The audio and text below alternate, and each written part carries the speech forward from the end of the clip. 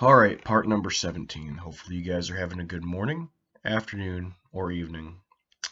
July 22nd, 1954. Dear folks, well, this is the day after the ship's party, and I'm not feeling up to par. Neither is the rest of the crew. I pulled a sneaky and got to go both nights. Of course, I took my camera and got lots of pictures. They had two different floor shows, one for each night. I got around 40 shots, and they turned out pretty good. Enclosed is a shot of me taking my 35mm camera. You can see how sharp and clear everything is, even though I'm not in the center of the picture. I have a lot of trouble getting everything centered up right. I also enclosed a shot of Marie, the girl in Hong Kong. She is the one who took me all around Hong Kong and showed me the sights. She was from Shanghai, but I had a lot of fun with her. I'm just dying to see the new house. I'm glad you finally got what you wanted. Don't bother sending the paper to me. It costs too much. I can wait until the paper company itself sends it to me. I believe it cost $36 a year last time. There's no sense in spending that much just on a newspaper. Well, nothing to write about, so I'll close. Oh yes, I went to another school for 2 days. It was a heavy salvage school, and it taught us the right way to salvage LCVP boats off the beach. We'll write soon. I miss all of you. Lewis. July 29th, 1954. Dear folks, we left Yokosuka yesterday, and guess where we're going? Busan, Korea. We're going there to put on a show for the Korean Naval School. And we have to have them damn filthy individuals aboard. Well, anyway, we are due back to Kobe Tuesday, so it won't be too long. One good thing, we get our income tax back for this trip. For me, it's $10.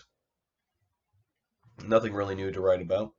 A couple of days before we left Yokosuka, we had a large group of Japanese soldiers aboard for them to take a tour of the ship. And they were all over the ship at once. We beat the SOBs. Now I guess the US just has to show them what we beat them. Show to them what we beat them. I told you the other day they went to another school. We will rode a bus all the way up here. And along the roads were signs, "Go home Yankee." These people grip my ass. Here, the armed forces support at least a good one-fourth of them, yet they want us to go home. I guess I would too if the country was run over by a different nation. I'll be glad when we get back to Kobe. I don't even like being in these waters. I don't look like the kind of waters I like to swim in. Well, it looks like we might end up sooner or later in Indochina. I don't like the business at all. We have a British tin can for an escort. I'd sooner have nothing. I think less of the British than any other race. To give you an example, this woman at Frederick Street Pier in Hong Kong told us to save our $10 and $20 bills, to sell them on the beach for the black market price, and turn in our old greenbacks, go to the Reds in China. I guess you can tell I'm in a lousy mood. To think of the extra work I'm going through to get 26 boats ready for one able just to show off to some individuals. Well, I'll close now. Write soon. Love, Lewis. August 2nd, 1954. Dear folks, we are here in Shino, Korea. It's about 50 miles west along the coast from Busan.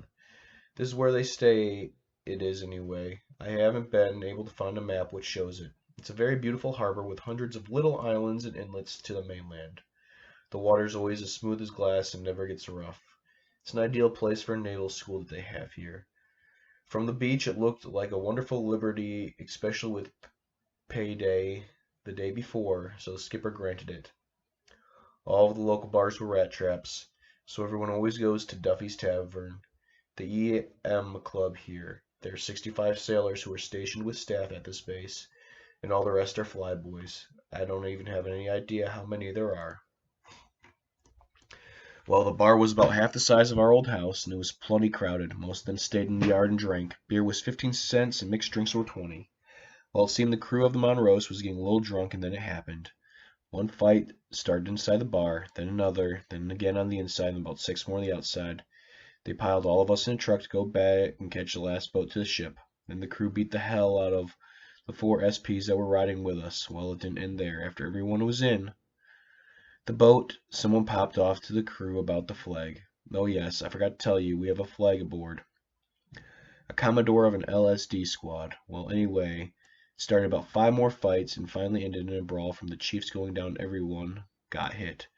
Slugged a bit, scratched, or something. I got kicked once below my leg. And just about hit one guy in the midsection. That finished him. But boy, was it a bloody mess. When we arrived at the ship, the OD said everyone lay below to the brig. He only caught 2 men. The rest, including me, ran for it. Ah, yes, there's nothing like this wonderful Navy. I'm afraid the Air Force won't forget the Monstros for a long time. Well, anyway, I got a few more pictures of Korea and got a letter of Jimmy the other day. He's an instructor now. It fits him perfectly with his glasses and his air about him.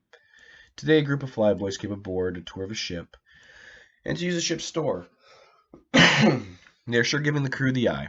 I guess they are thinking that the old saying of the Navy is true, that the white hats are the scum of the earth. And maybe it's so, since I'm one maybe just can't see it. Well, no more news. I go up for 3rd class next month. Doubt very much if I make it, but I'll try anyway. Write soon. Love, Lewis. August 11th, 1954. Well, today we left Seibo, Japan, and are bound for Indochina. Nothing really to write about. It's very hot here, so I have an idea on how the engine room will feel when we get down there. God, that's all I really dread about this ship. They worked us pretty hard the last 2 days, loading supplies and life jackets. We took 12,500 life jackets at Busan. We're expected to be back again in Japan around September 10th. By then we can wear our blues again. Boy, I'm sure glad to. I hate those whites.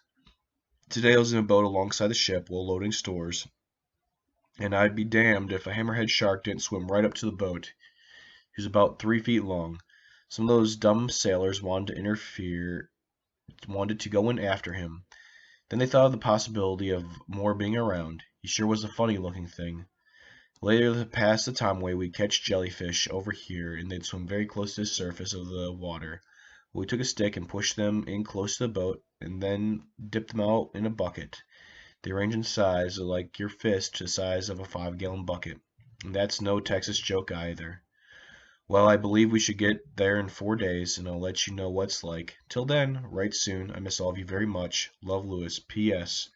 We took 5 cargo nets of rice and 3 of black tea. I hope it feeds the individuals, all of it. I don't want any of it. Dear folks, correction, August 12th, 1954. Dear folks, well, I guess you now have figured it out that we are the ones stuck with the job of moving those 100,000 people in Indochina. Last Monday, while we were having one hell of a good time in Kobe, Japan, they sent us word to report to Seibo for supplies via Busan, Korea. We left the same day. It seems like I'm going to see a little bit more of the Far East than I expected. 100,000 people have to be moved in 30 days. We're even leaving all the extra LCVPs and LCM boats in Seibo to make room for them. They intend to put them in the troop compartment down in number 1, 2, 4, and 5 holes and topside. So can you think of how many people will be aboard at once? They're planning on having at least 4,000 in one trip. They have metal smiths making toilets out of 50-gallon drums and hanging them over the fantail for them to use. I can think of how the chow is going to be. First we give them supplies, then airplanes. That is it for today.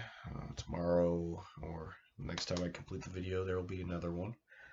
But hopefully you all are enjoying the story. It's always interesting to hear people's real life experiences, especially in times of conflict or strife, and the feelings of people.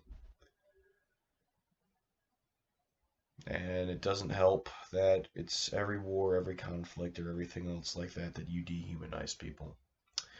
But hopefully you all have a good rest of your day. This is me signing off.